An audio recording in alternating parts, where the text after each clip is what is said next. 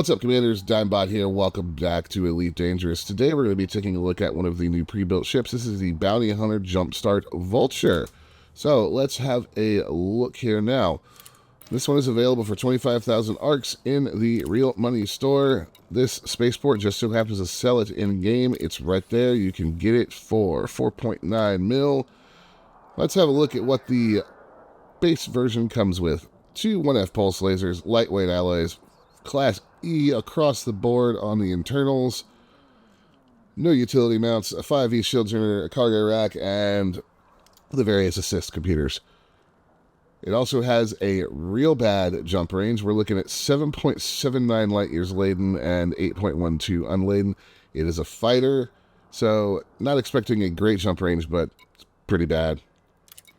Let's go ahead and take a look at the pre-built version, shall we? As you can see, it comes with that snazzy paint job, that nice camo neon green that's not going to hide you from anything. Now, as we go, guys, the real story of this ship is going to be the engineering that has been done to it. So I will spend a decent amount of time with the modifications tab open. First off, we have a Class 3D fixed pulse laser. So your thermal damage right here.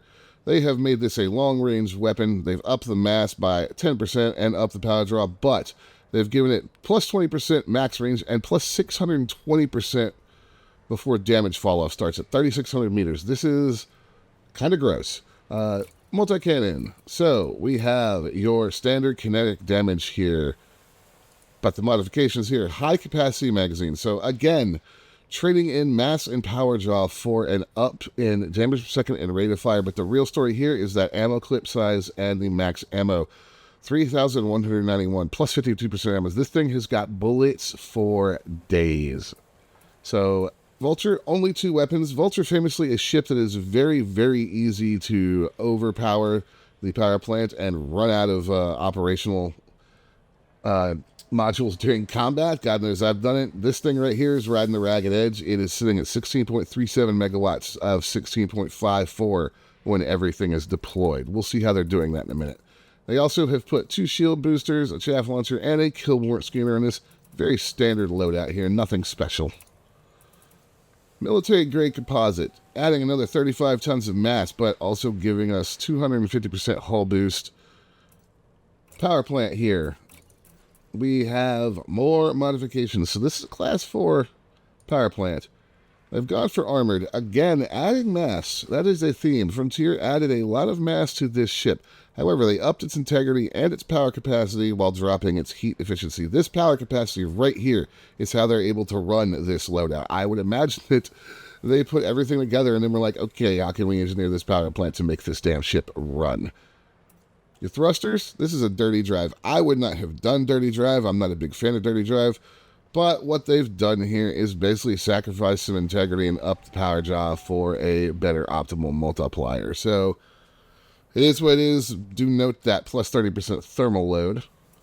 The frame shift drive is a Class 4C with SCO. Nothing too special here except for the SCO.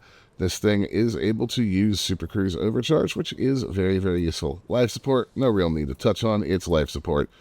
Your power distributor here, this is another biggie. So they've gone with a charge enhanced, meaning that they have dumped capacity in favor of quicker recharge. So you see it's a -2 capacity across the board for weapons, engines, and systems.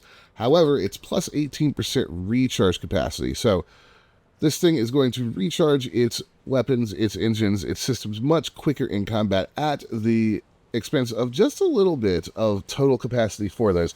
It's a fighter. You want to be able to keep on firing. Also, this is a Vulture. It's a hull tank. If your shields go down, it's not that massive a deal because it's a hull tank.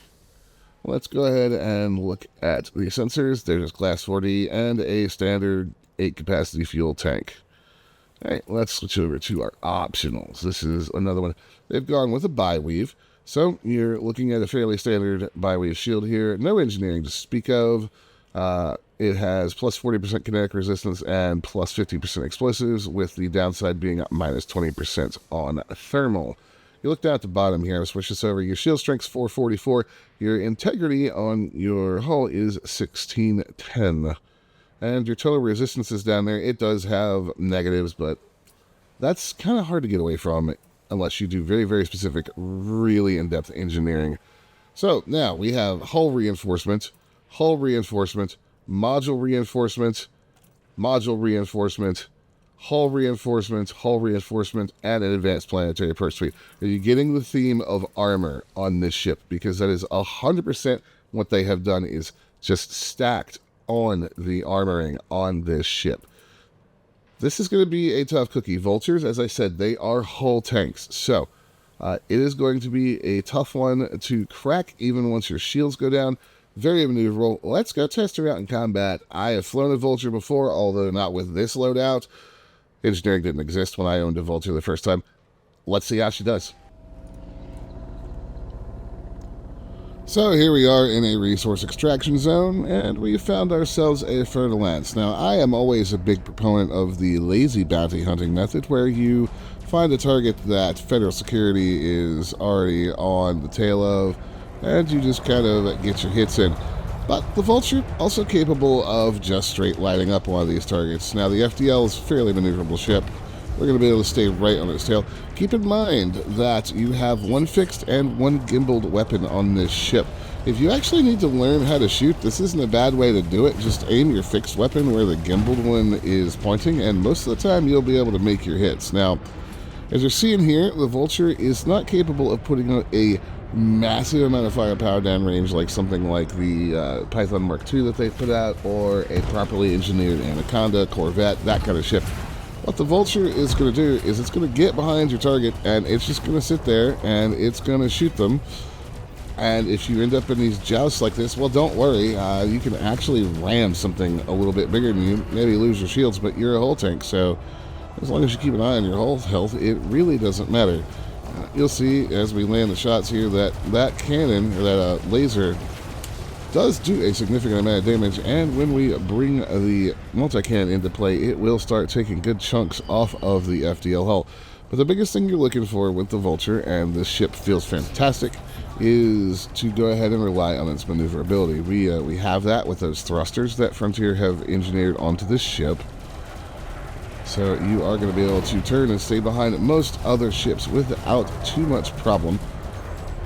And just keep whittling down until there is nothing left but space debris and sweet, sweet credits in your wallet. Vulture also able to go toe-to-toe with other hull tanks like this Fed gunship here. I actually did ram this guy a couple times later on in the fight. You are able to deal with that hull tankiness with that multi-cannon and just rip through that extra armor that they do have. So, all in all, Frontier has put together a pretty good Jumpstarter bounty hunter ship here. The Vulture is maneuverable, it is a good hull tank, and they have also taken some of the guesswork or pain points out of trying to properly outfit one of the more notoriously finicky ships in the game when it comes to power supply. So, if you're looking for something that is small, maneuverable, and packs one hell of a punch between its two cannons, I would definitely say that this one is not a bad deal. You can also, of course, buy one in-game and outfit it if you don't feel like spending the real money, but if you just want to get it over with, again, this thing's not overpowered, but it is very, very nice. The only thing is, it's a fighter, so you're going to have a crappy jump range. A lot of people espouse the have an exploration ship for travel and then ship your fighter to you theory.